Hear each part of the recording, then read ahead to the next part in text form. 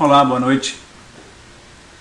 Estamos começando mais uma quinta técnica com o Momento Enfoque, onde eu sou Fausto Arruda Botelho, sou diretor da Enfoque Informações Financeiras, também da Constop Consultoria. Nós falamos alguma coisinha do nosso terminal Enfoque e algum detalhe técnico, geralmente, ou exploramos algum recurso. E também analisamos o mercado com a nossa análise técnica, que é uma análise técnica em que a gente usa gráficos de longo prazo, gráficos diários, e a gente faz uma análise que começa no longo prazo e chega até o curto prazo. A gente analisa o índice Bovespa, o índice Bovespa futuro e os mercados internacionais. Muito bem, então nós vamos começar falando sobre o índice Bovespa.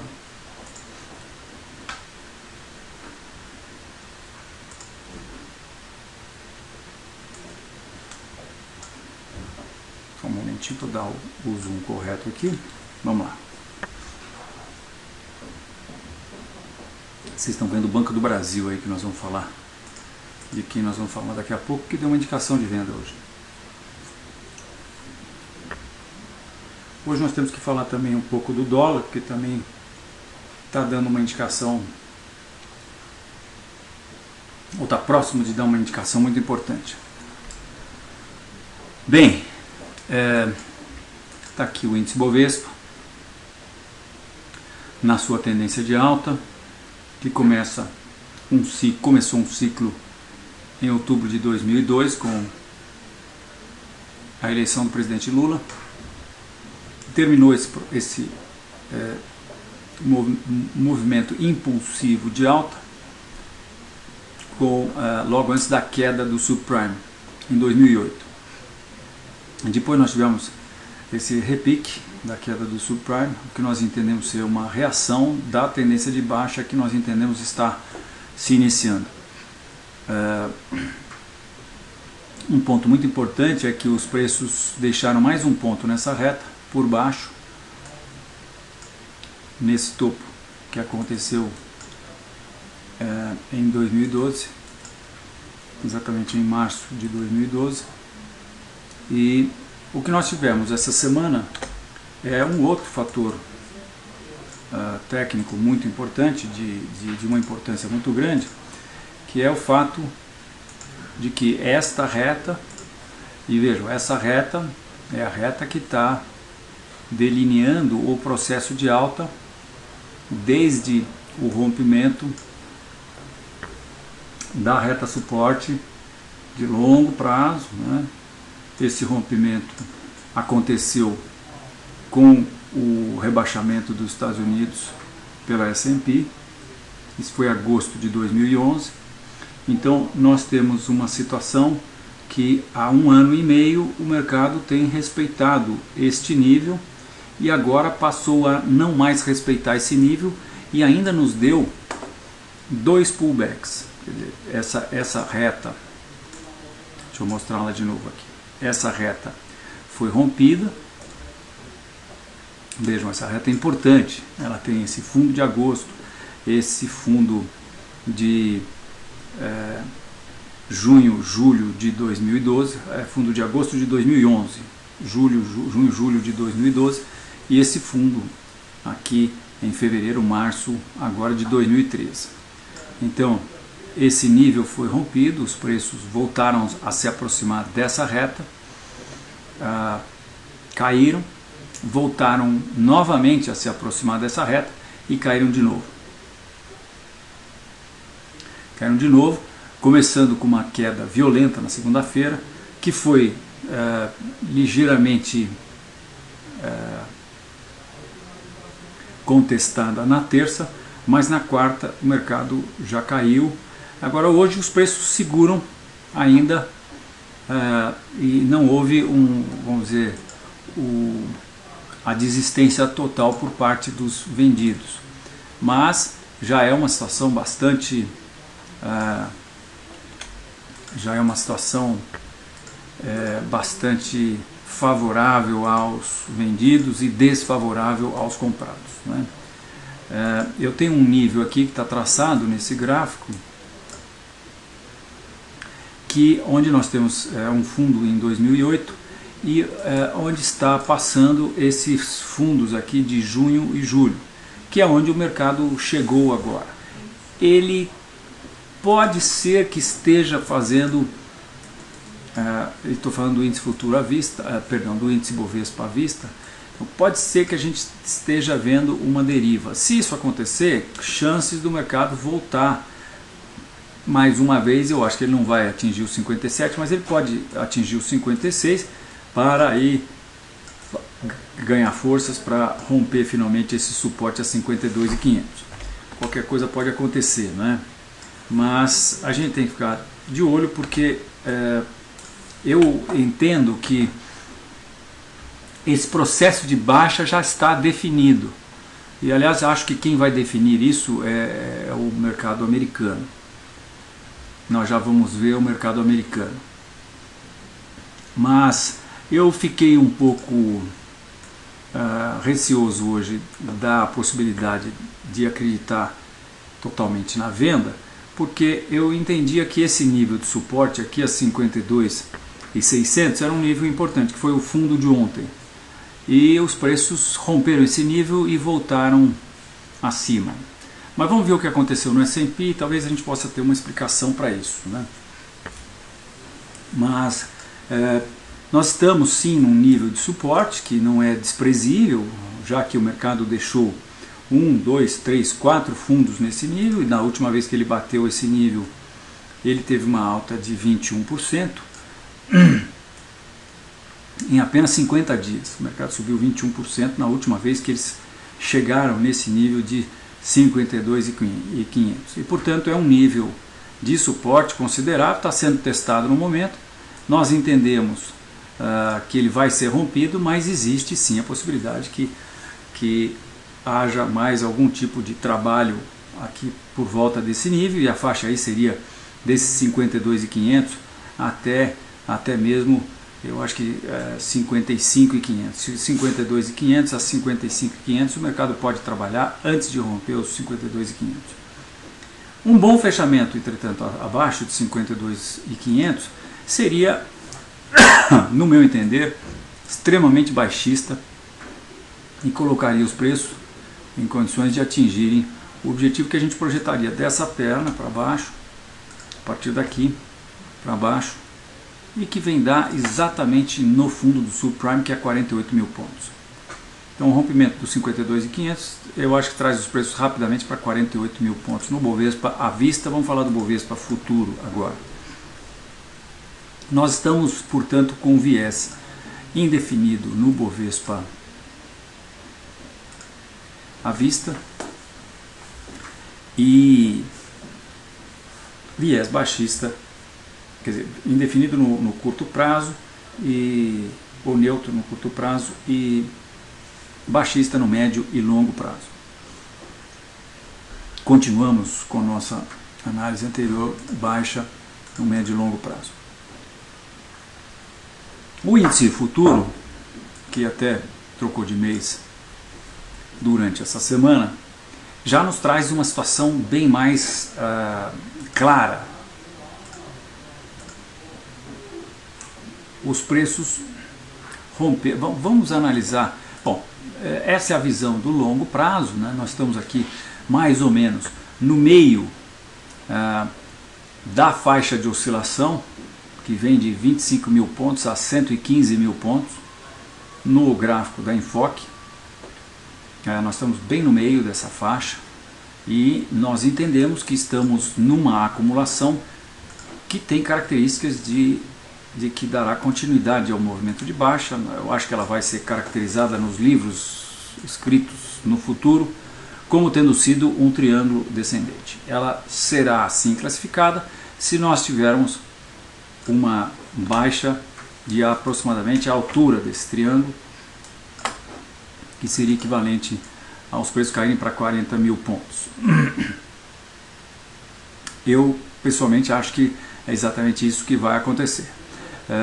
Então, quando a gente analisa apenas esse retângulo, a questão seria aonde está a resistência ou o suporte desse retângulo que foi rompido. Eu acho que sob todos os prismas, nós temos que imaginar um suporte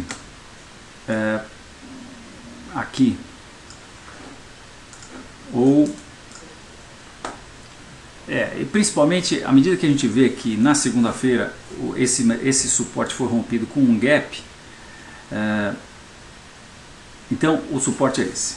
É um suporte muito importante, era um suporte muito importante, porque vamos só analisar esse suporte novamente, mas vejam, temos fundo em agosto de 2011, que foi a queda foi rebaixamento dos Estados Unidos. Depois temos outro fundo em outubro de 2011, temos fundo em julho de 2012, temos fundo em abril desse ano, agora, nesse mês. Então, nós estamos trabalhando esse suporte. Agosto são 2 anos, é um ano e meio, né? 2011, 2012, 2013, nós estamos aí praticamente há um ano e meio trabalhando esse nível de suporte, um suporte sim muito importante. Os preços romperam, na terça-feira seguraram um pouco, e quarta e quinta-feira nós tivemos 2 candles de indefinição. Isso está sugerindo que a gente possa talvez ter um pullback para esse antigo suporte. Se isso acontecer, se os preços apenas voltarem ao antigo suporte e voltarem a cair, nós teremos visto um pivô de baixa, e aí o rompimento do fundo de hoje seria uma boa indicação para se vender. Se por outro lado, entretanto, os preços tiverem um bom fechamento acima de 55 mil pontos, nós teremos visto uma armadilha para vendidos aqui. E isso eu acho que seria bastante altista. Não é absolutamente o que eu acho que vai acontecer, mas existe sim sempre essa hipótese, não é?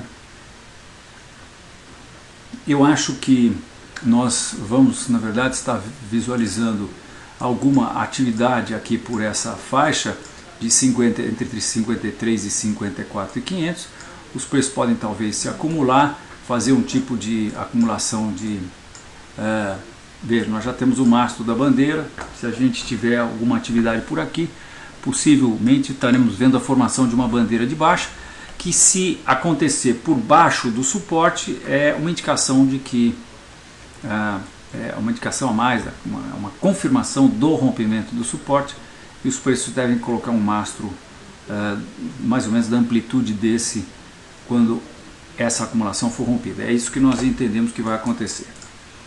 Mas em função desses 2 candles de indefinição, nós estamos entendendo que vamos ter um período de calmaria, ou indefinição, ou oscilação lateral, antes da queda que a gente acha que está vindo por aí. Então também no índice Bovespa Futuro estamos neutros no curto prazo e continuamos baixistas no médio e longo prazo, e temos esse objetivo de 40 mil pontos, uma vez que essa formação de acumulação foi rompida. O objetivo que projeta essa acumulação.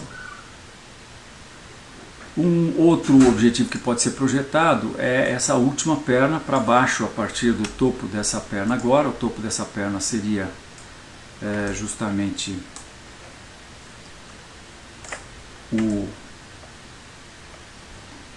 nós podemos considerar que é esse topo do triângulo descendente, ou esse topo onde efetivamente começou o movimento, né? Se fosse esse topo, a gente chega num objetivo muito próximo aqui dos 40 mil pontos, né? Se for esse outro aqui, nós chegamos num objetivo de 45 mil pontos. Aí a gente tem que olhar para a esquerda e ver aonde a gente vai dar em 45 mil pontos, e a gente constata que 45 mil pontos é exatamente ali o fundo do subprime, muito próximo ali do fundo, 2 fundos que aconteceram aqui próximos de 45, né? Esse fundo de novembro e o fundo de outubro. 45 está mais ou menos no meio aí. Então temos esses 2 objetivos, 45 e 40 mil pontos para o índice futuro. Muito bem, mas o que é que o S&P está nos dizendo sobre isso? Bem, eu entendo que o S&P nos deu uma tremenda indicação de baixa.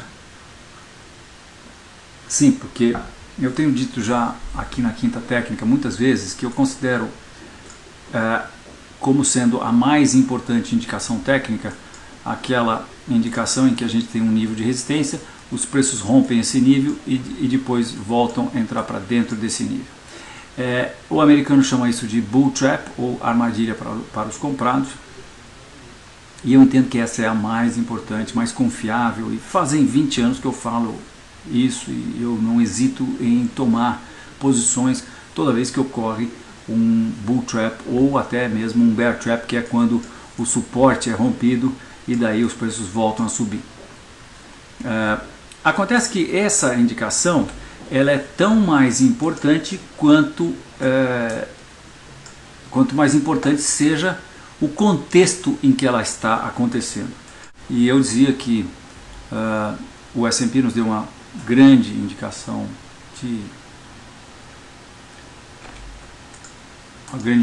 técnica de baixa essa semana, em função de eu entender que nós observamos um bull trap, que é uma situação em que uma resistência importante é rompida e depois o mercado volta a entrar para dentro da resistência.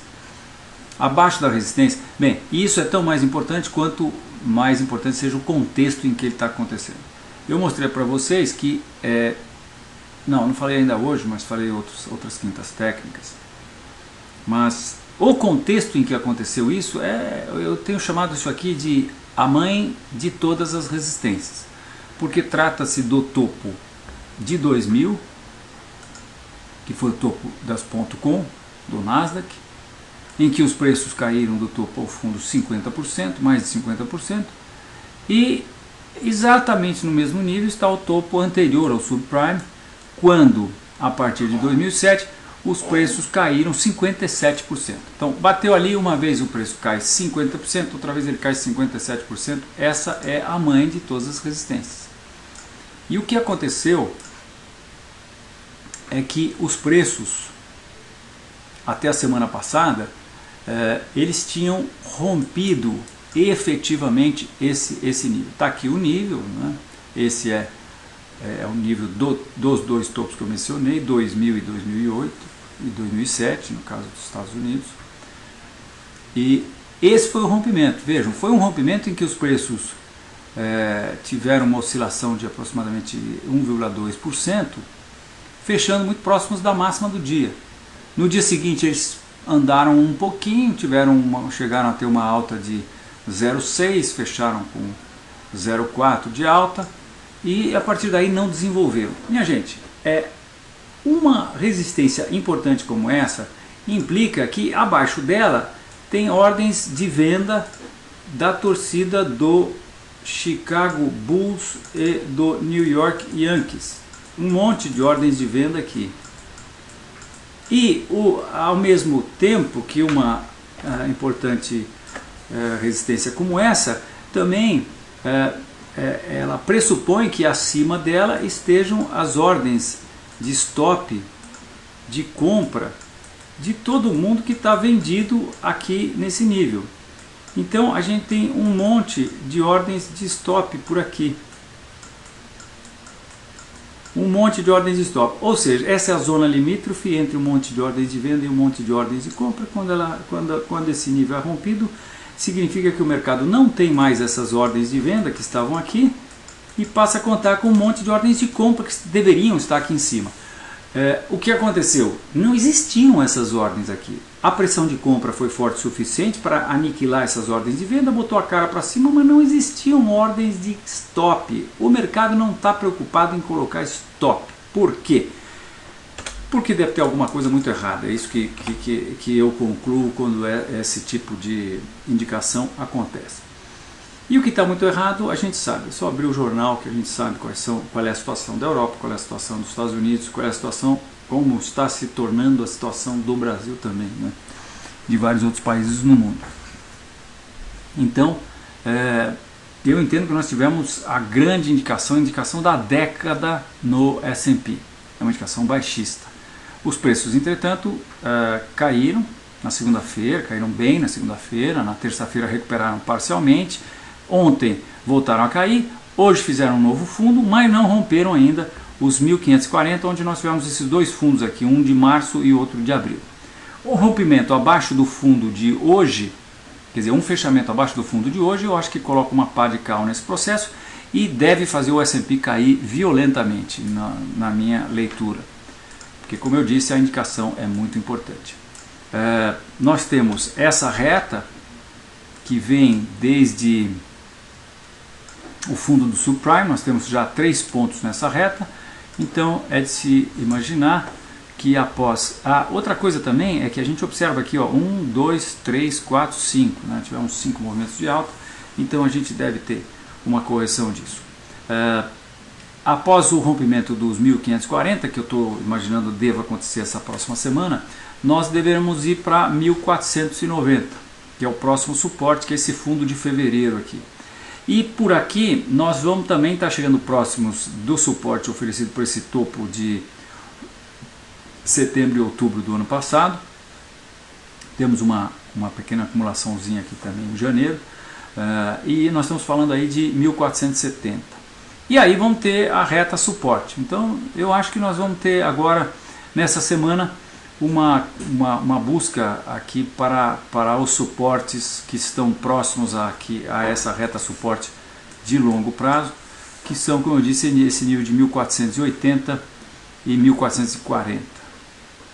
É isso que a gente acha que vai acontecer, e portanto viés de baixa no curto, médio e longo prazo para o S&P. O Dow Jones está nos dizendo mais ou menos a mesma coisa. Nós estamos com os preços muito próximos lá dos dois topos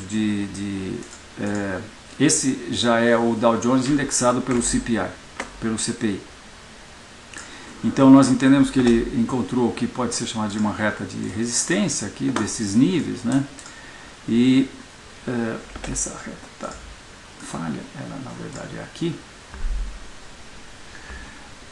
Nós não temos essa coisa tão clara do bull trap, mas nós temos também 1, 2, 3, 4, 5 e uma reversão muito forte. Então nós entendemos que o Dow Jones deve caminhar aqui para 14.400. O rompimento desse suporte deve trazer os preços aqui para a faixa de 14.000 ou abaixo de 14.000 pontos, aí a 13.800, onde a gente entende vai estar os próximos suportes do Dow Jones. Então é isso, a gente está aí com uma situação imaginando uma baixa no mercado, né? Eu queria mostrar esse gráfico para vocês, que é o gráfico que eu chamo do decoupling, em que a gente começou a marcar o Bovespa desde agosto de 2007, quando começou a crise do subprime, e aí ele teve uma primeira abertura, um distanciamento que o mercado chamou de desacoplamento, mas na queda do subprime o Brasil caiu mais, porque o Brasil tem mais volatilidade que os Estados Unidos. E nós ficamos aqui fungando no cangote dos Estados Unidos, aqui chegamos muito próximos. Depois disso, nós tivemos de novo uma abertura em relação aos Estados Unidos, mas a gente tem falado aqui muitas vezes que nós estávamos esperando que esse gráfico verde, o Brasil, viesse abaixo. E foi exatamente isso que aconteceu, né? Essa semana praticamente aconteceu, chegou a acontecer no intraday, mas não aconteceu de fato ainda, mas nós encostamos aqui nos Estados Unidos, ou seja, todo o desacoplamento do Brasil se acabou. Nós estamos juntos com os Estados Unidos e estamos entendendo que isso aqui, o verde, ainda virá abaixo do azulzinho aqui. Isso é o que nós estamos achando, quer dizer, continuamos achando que é uma boa comprar Estados Unidos e vender Brasil. Outro destaque é para o dólar, onde nós temos, vamos falar do mercado futuro, né? Então estou mostrando aqui o dólar para maio, em que nós temos essa reta de resistência rompida, e se a gente for colocar apenas essa última tendência de baixa e traçar Fibonacci nela, a gente vê que o primeiro número Fibonacci está em 2.300. Então esse é o objetivo que a gente está marcando quando a gente vai pensar em fazer operações de compra. E temos um trade hoje, porque se a gente for medir aqui com o método com stop, se a gente puser abaixo desse fundo, que é 1971, a gente pode pensar em colocar 1,96950, o stop, e colocarmos o objetivo do nosso tourinho lá nos 2.3, 2.300. Então nós temos essa situação de um trade em que stop acima do último fundo, objetivo lá a 2.300, nós temos uma situação de 5.3 a 1, um belo trade para se pensar em fazer. Os mais conservadores vão estar esperando os preços romperem esse topo aqui do começo de abril. Estamos falando do dólar futuro. Mas se a gente traçar essa retinha aqui, a gente vê que isso já foi rompido. Então os mais arrojados podem pegar essa indicação para assumir a posição de venda, de compra. Mas eu acho que talvez uma boa política seria a gente esperar algum tipo de acumulação. Se a gente está esperando uma acumulação no Bovespa, quem sabe o dólar não vai dar um mole aqui e vai fazer uma bandeira de alta antes de retomar. Isso é muito interessante para a gente, porque a gente pode pensar em comprar aqui e colocar o stop não lá longe, mas aqui próximo do fundo da bandeira, né? Compra aqui nesse nível, stop aqui no fundo da bandeira. Aí a gente teria um stop muito mais próximo. Em vez de a gente pôr a 2,6% de distância, nós vamos estar pondo em torno de 1% de distância, e teríamos aí a possibilidade de uma alta de 12%, quer dizer, teríamos uma relação lucro-prejuízo muito mais favorável do que essa que nós temos hoje. Isso aí. Vamos analisar as principais ações.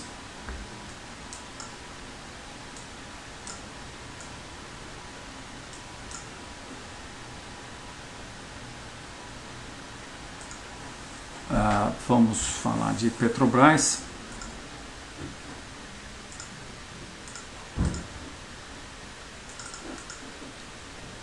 Que teve uma alta surpreendente hoje. Nós até estávamos com uma posição de venda, fomos estopados com stop total, perdemos 0,1% nessa posição. Isso se deu por conta, quero crer, por conta do mercado de petróleo, que teve uma alta boa também hoje. Teve uma alta bastante significativa. Nós continuamos bastante baixistas no petróleo, mas porque entendemos que esse processo é um processo de topo, estamos projetando o petróleo para baixo de $50, mas nesse ínterim os preços hoje, depois de terem rompido essa última reta de suporte de médio prazo, eles tiveram esse comportamento. Segunda-feira tiveram essa queda bastante acentuada, terça-feira parcialmente, recuperação parcial dessa queda, ontem fechamento na mínima do dia, hoje fechamento na máxima. Então isso está na nossa leitura, está derivando e talvez deva causar um pullback aqui, pode muito bem causar um pullback para essa reta, para depois os preços voltarem a cair. Vejam como orna isso, seria uma pequena oscilação a mais, né? Essa reta é bastante confiável, tem 4 pontos já, então isso pode sim acontecer. Talvez ele não precisa ser tão dramático como isso, pode ser um pouco menos. Uma deriva geralmente mostra apenas uma correção. Talvez essa deriva esteja acontecendo para o fechamento desse gap aqui. Então, se isso acontecer, ficar de olho aqui quando os preços fecharem, os preços do petróleo, estou falando o WTI, petróleo em Nova York. Quando os preços fecharem esse gap, se nós tivermos algum tipo de formação de candlestick por aqui, uma reversão por engolfo, por exemplo, será uma ótima indicação para nós até pensarmos em vender Petrobras, que eu mostrava para vocês, está nessa grande acumulação, e dentro dessa grande acumulação nós temos essa acumulação que nós entendemos ser um processo que deverá dar continuidade ao movimento de baixa. Os preços estão testando esse nível, está difícil de romper, já romperam uma vez, foi um falso rompimento. Agora estão trabalhando novamente esse nível.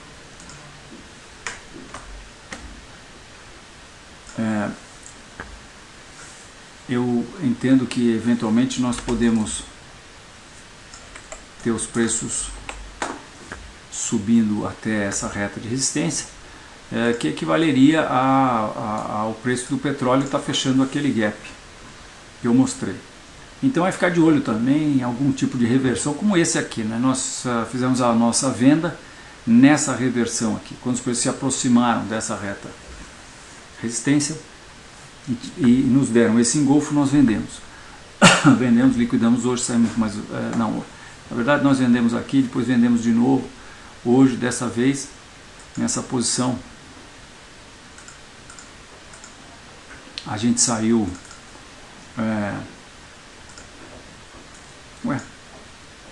não, nós vendemos lá em cima mesmo, né?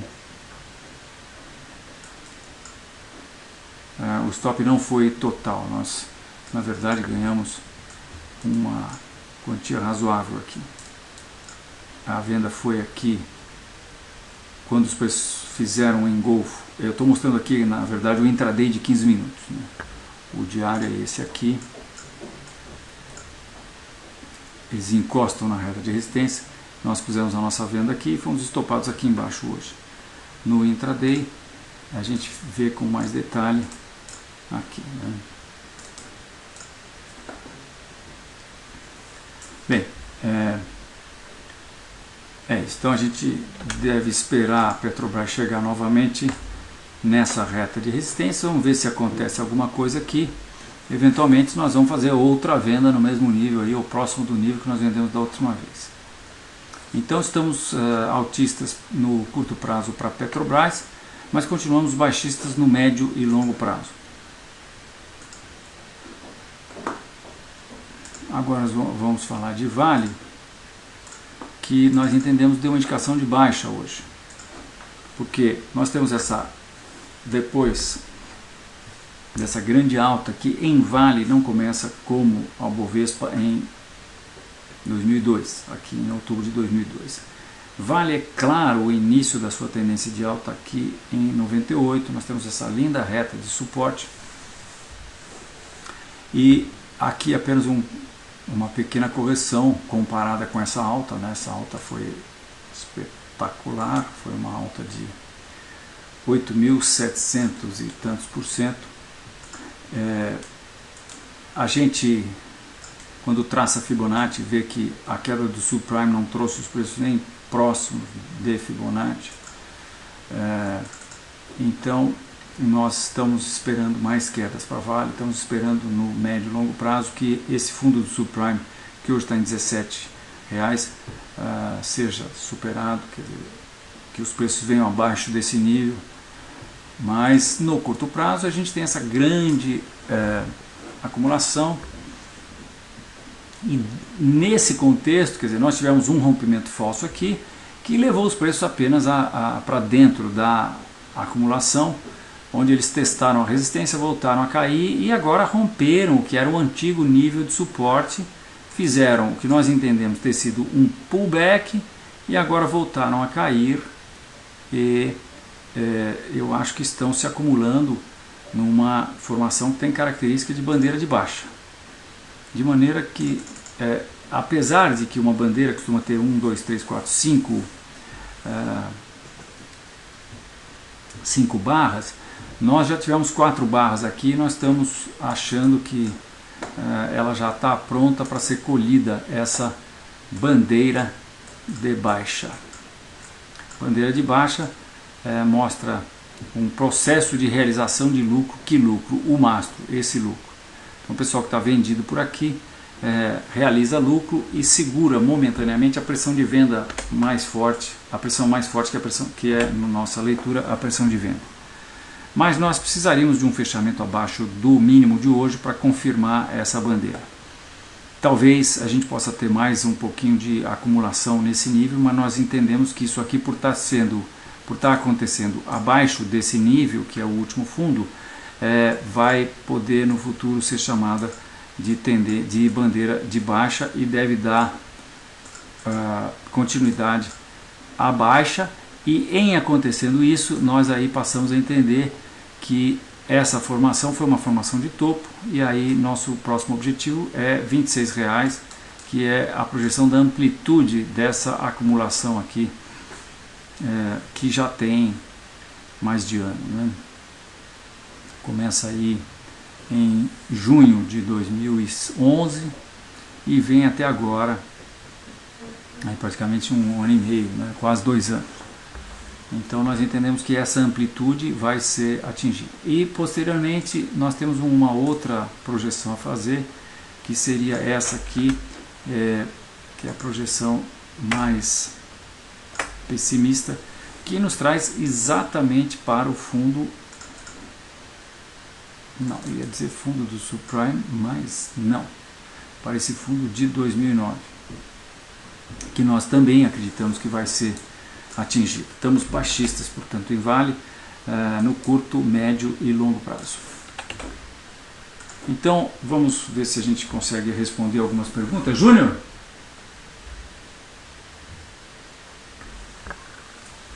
Deixa eu ver aqui se eu também...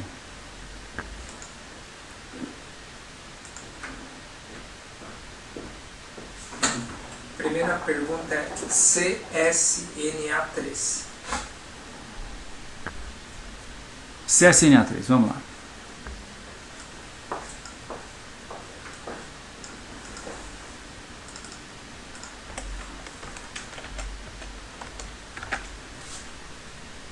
Companhia Siderúrgica Nacional.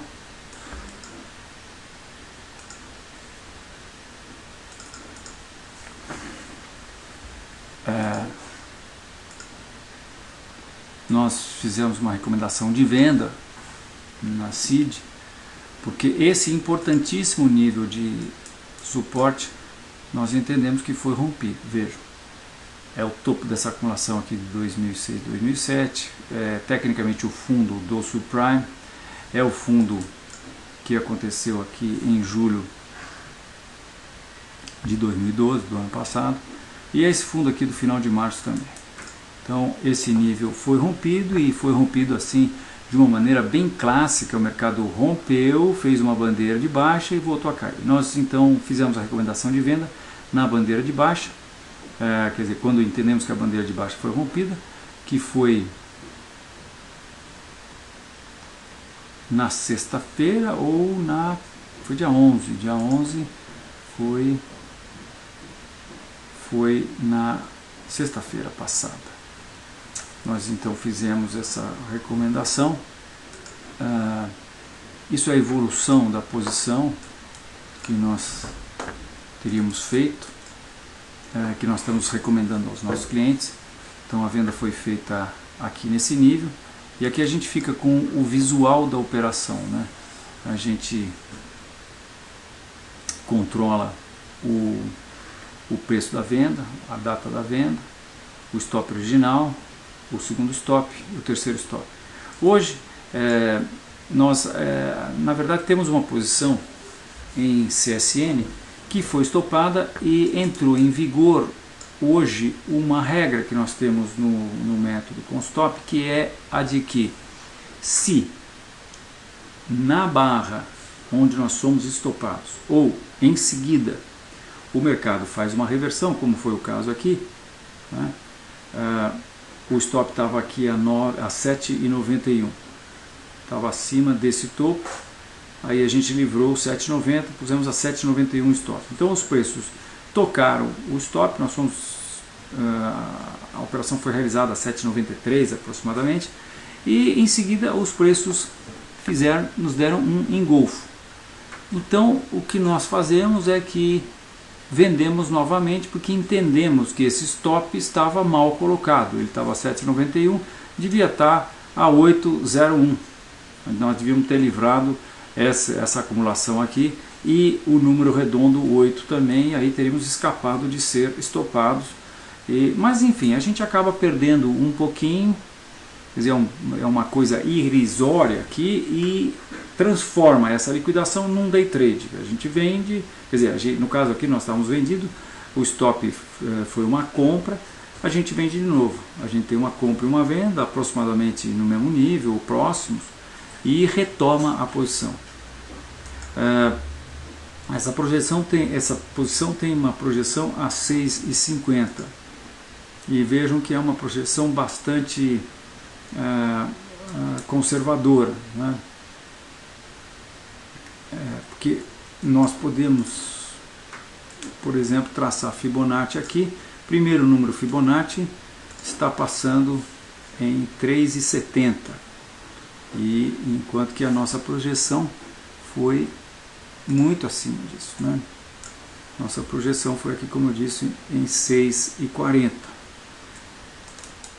Ela é fruto da projeção desse triângulo simétrico.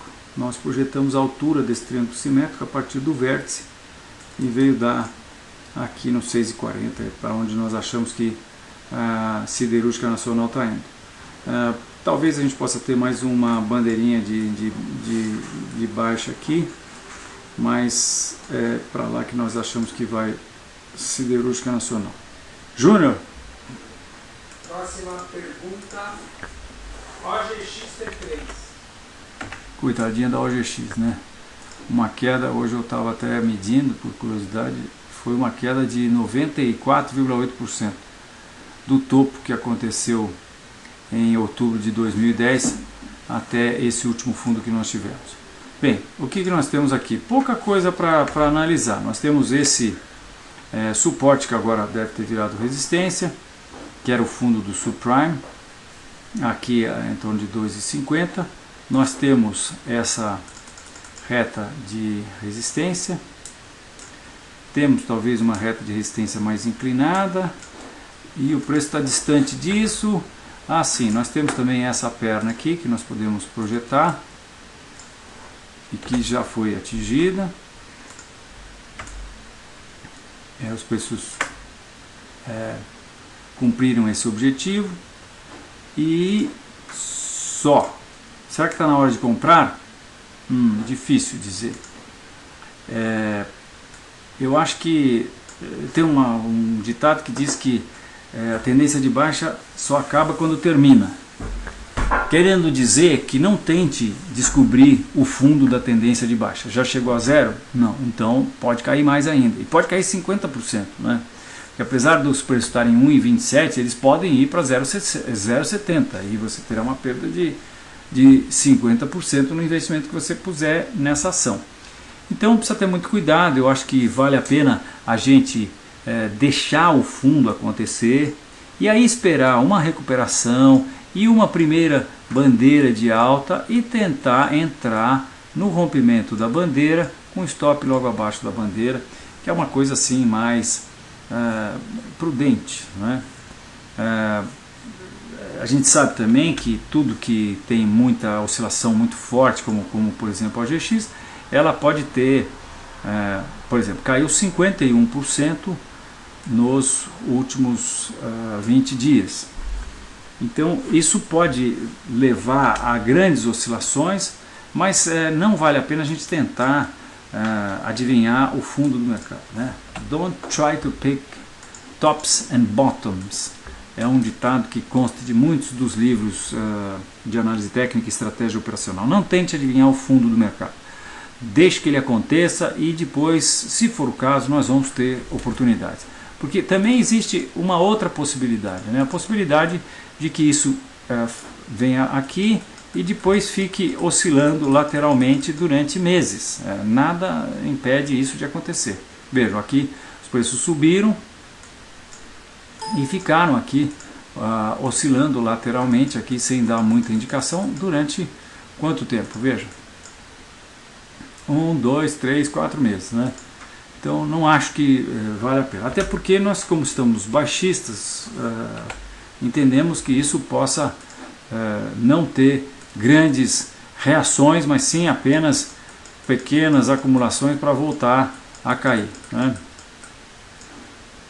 Então é isso. Júnior?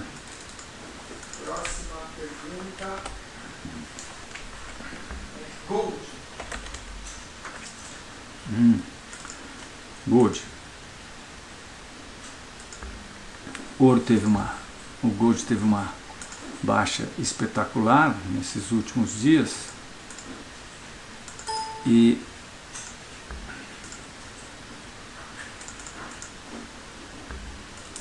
nós traçamos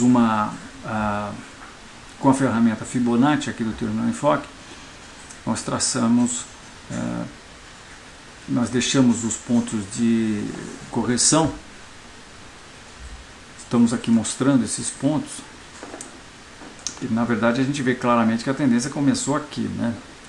Mas então estamos sendo conservadores e estamos mostrando que o primeiro ponto Fibonacci está aqui a $1.300, dos 1.900 atingidos no topo de agosto do ano passado, né?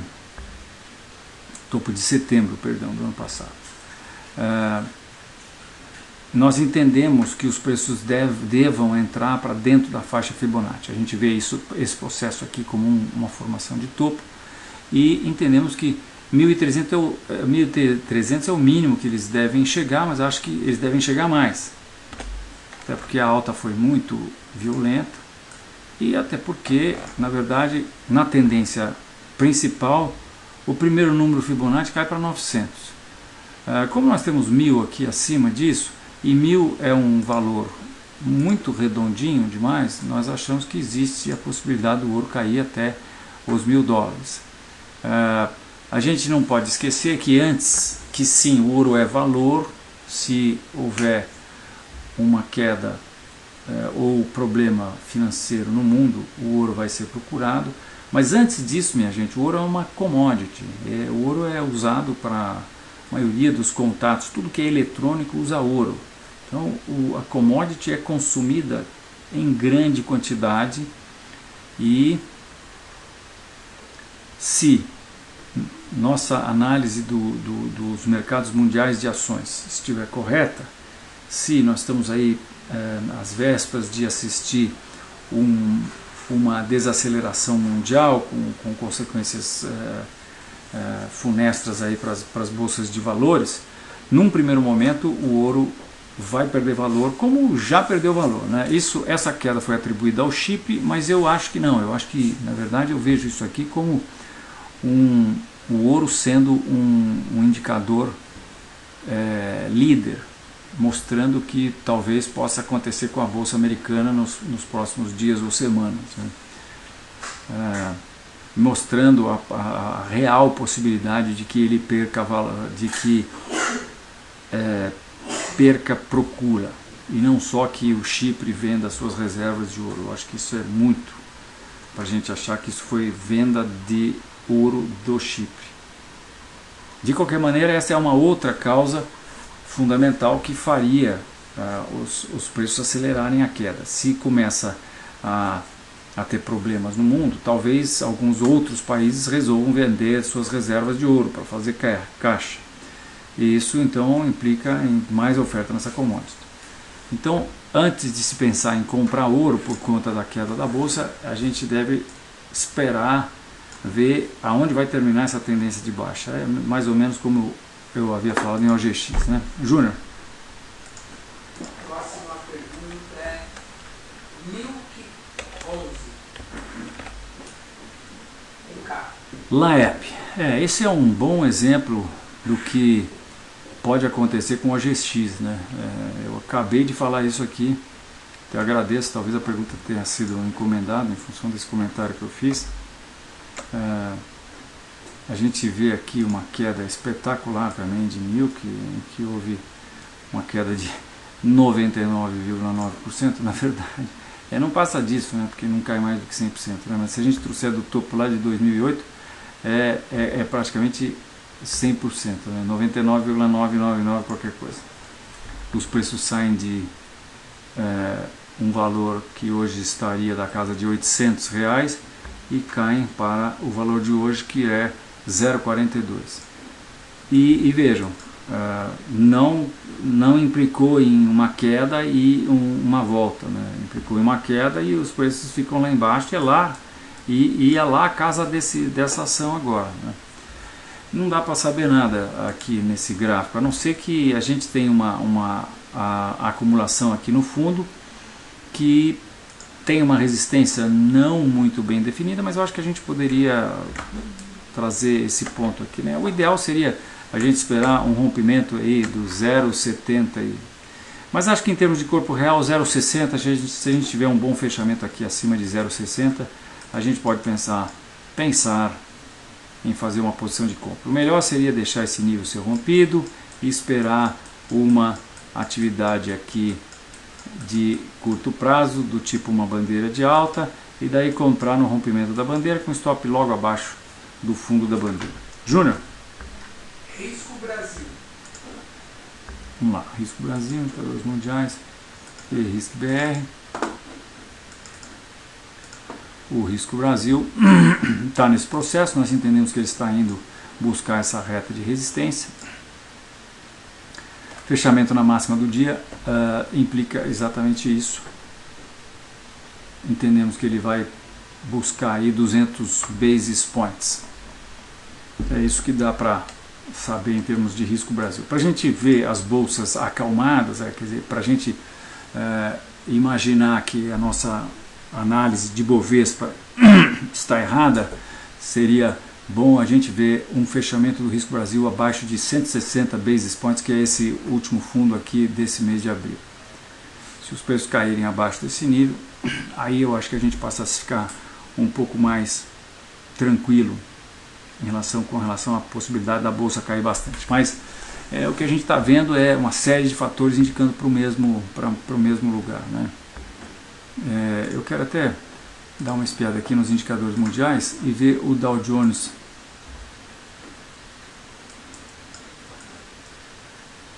O Dow Jones dos transportes e o índice Dow Jones dos transportes e das utilidades. Esse é o índice Dow Jones dos transportes, onde nós tivemos o rompimento desse nível, que era esses topos que aconteceram em 2007, 2008 e 2011. Os preços vieram acima desse nível.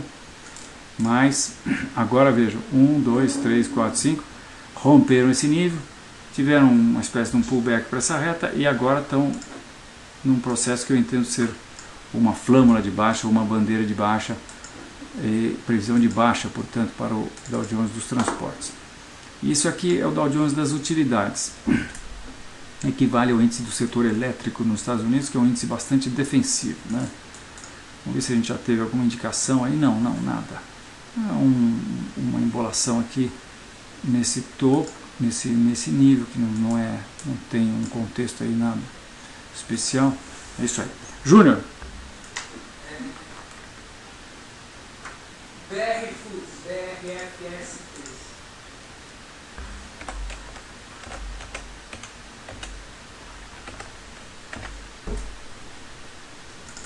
BR Foods não para de subir, né? O mercado gostou da indicação do Abílio Diniz para o Conselho de Administração de BR Foods.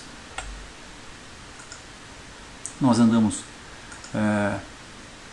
monitorando aí com bastante atenção a ação para a possibilidade de uma venda, mas não aconteceu ainda nenhuma indicação. Então temos essa grande... Deixa eu limpar a área aqui para não nos influenciarmos. Agora os preços testavam a resistência testavam e romperam essa resistência, né?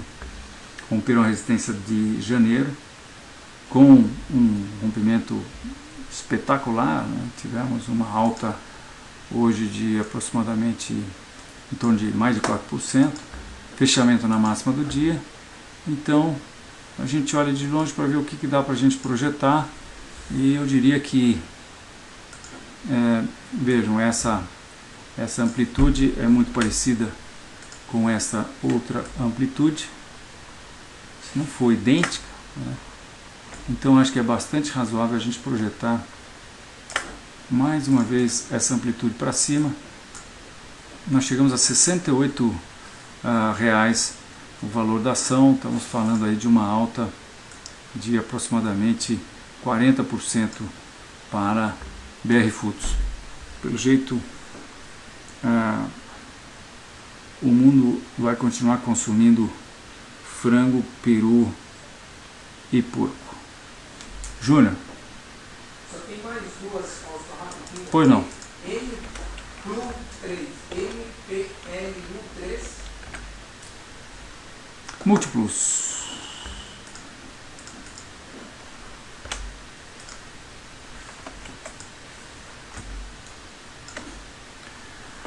IPO em 2010, múltiplos. Para quem não sabe, vou mostrar um recurso do Terminal Enfoque, botão direito no gráfico, a gente entra em navegação integrada, relatório CVM, informações da empresa, e a gente recebe essa página web com um parágrafo sobre o que faz a empresa. Perfil. A Múltiplos Fidelidade iniciou suas atividades em janeiro de 2010 como uma rede de coalizão criada a partir do programa TAM, Fidelidade. Já dá para a gente saber, né? O programa de fidelidade da TAM, que lida com o programa de fidelidade da TAM.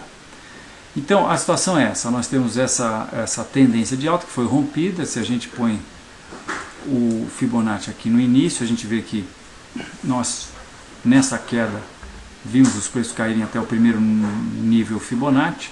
A questão agora é sabermos se nós vamos ter continuidade com esse processo ou não. Então vamos analisar aqui o curto prazo. No curto prazo a gente ainda não tem uma reta de resistência que a gente pudesse usar para se orientar. Mas a gente tem isso, ó. Essa amplitude aqui. A gente tem isso porque nós estamos numa bandeira de numa tendência de baixa, e uma tendência de baixa, as reações são compostas por A, B, C. Então, nesse processo de alta, se os preços chegarem até 34, que é a próxima resistência, e voltarem a cair, a gente vai desconfiar que esse processo foi apenas uma reação da tendência de baixa que possa continuar, né? A gente pode até fazer um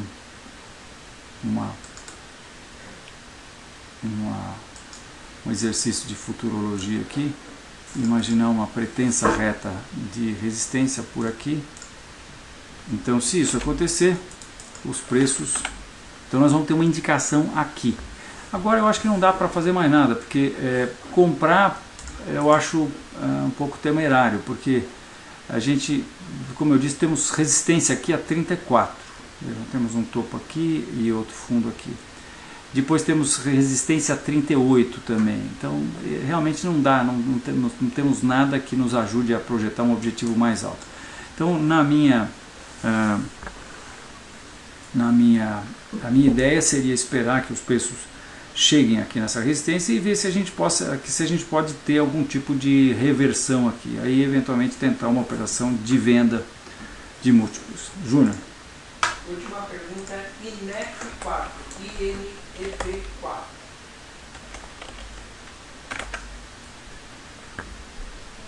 INEPAR. De novo, navegação integrada, relatório CVM, informações da empresa. INEPAR é uma empresa com foco em atuação no mercado de geração, transmissão e distribuição de energia, petróleo, gás, equipamentos pesados, transporte metroferroviário e serviços. Esse é um recurso que eu gosto bastante no Terminal Enfoque. Bem, nós tivemos todo um processo de tendência de baixa de 98 até 2002, depois nós tivemos aqui, a partir de 2003, a alta dos preços, mas o que é interessante é que essa alta, ao contrário do que aconteceu em muitas das ações brasileiras, parece ter sido um processo de A, B e C, né? Enquanto que isso aqui parece ter sido uma onda impulsiva de baixa. Mas vejam, a gente pode traçar aqui, é uma análise técnica bem clássica, a gente pode traçar essa reta de resistência, a gente pode traçar essa reta de suporte. E agora a gente pode traçar de novo uma reta de resistência e constatar apenas que INEPAR está numa tendência de baixa. E nesse processo, agora analisando apenas essa tendência de baixa, vamos agora fazer a sintonia fina dessa reta aqui. Nesse processo, eu entendo que essa acumulação é uma acumulação que deverá dar continuidade ao movimento de baixa. Nós vamos chamá-la posteriormente de triângulo simétrico de baixa, ou talvez de triângulo descendente, porque a gente também pode talvez adequar um pouquinho essas retas aqui e visualizar isso como um triângulo descendente, ou não, ou a gente vai chamar de triângulo simétrico, mas independente de qualquer coisa, a projeção desse processo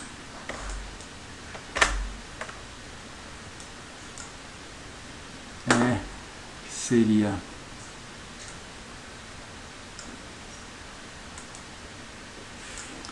essa amplitude aqui para baixo, altura do triângulo,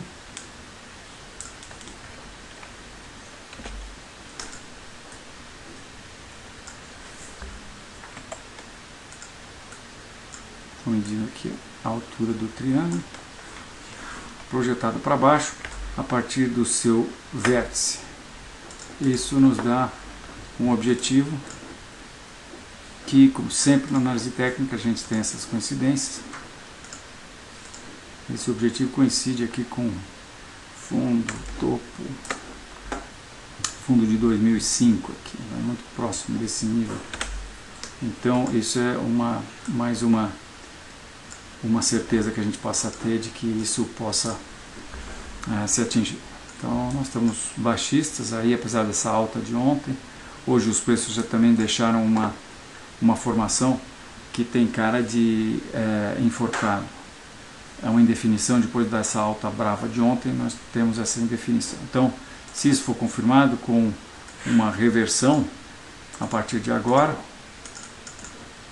então estaria confirmada, estaria mais ainda claro que essa formação é uma formação que vai dar continuidade ao movimento que a precedeu, ou seja, uma formação de continuação, e o objetivo seria então abaixo de 1, nós estamos falando em 0,90 o objetivo para Inepar. Um fechamento, entretanto, acima de 1,70 anula essa análise e aí dá a Inepar a condição de buscar essas suas próximas resistências a 1,90 e 2,20. Muito bem, então é isso. Dessa vez eu não vou nem trocar para a câmera, não vou dar tchau para vocês, porque a última vez que eu fiz isso nós perdemos aí a conexão, então eu vou simplesmente apagar sem mudar para a câmera. Muito obrigado pela presença de vocês, até a próxima semana. Boa noite.